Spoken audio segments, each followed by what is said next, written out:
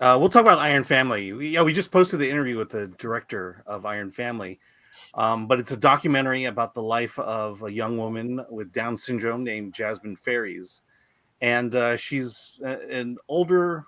She's a young adult basically, and what's interesting about this is her brother has encouraged her to write a play, and in this play, it's about the struggle she has with her marriage to Matthew McConaughey and how she cheated on him with Mark Wahlberg.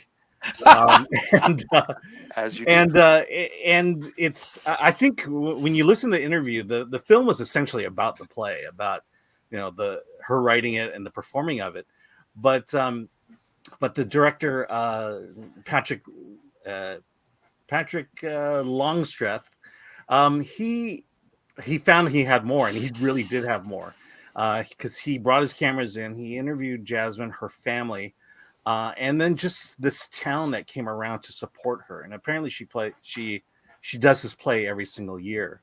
But what I found interesting was a Slamdance.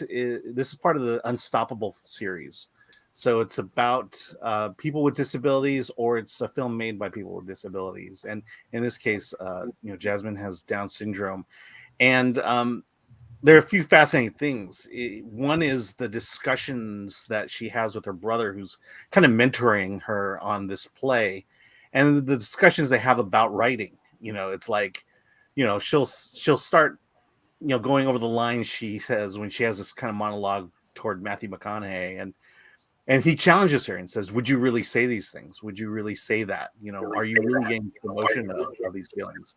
And then what happens is we really get to know her, and really get to start to know some deep things about her. And part of it is the fact that she falls in love. She has a crush on someone, and the crush is not exactly reciprocated, and all this is captured on film. And I just find it fascinating, these character studies of people in real life.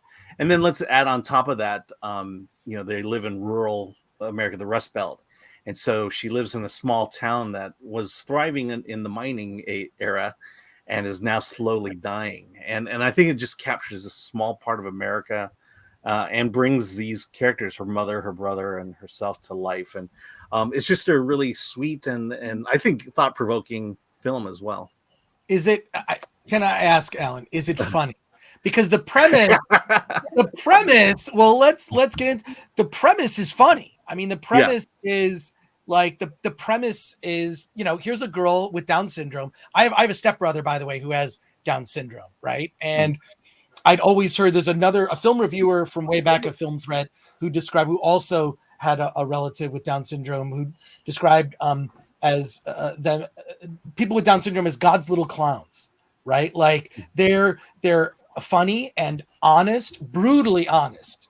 I mean, you can't get anything by my stepbrother, Jonathan, but like it's I mean, this reminds me of another documentary that I saw, that I did an interview with the filmmakers. It's called Sam and Maddie Make a Zombie Movie. Oh yeah.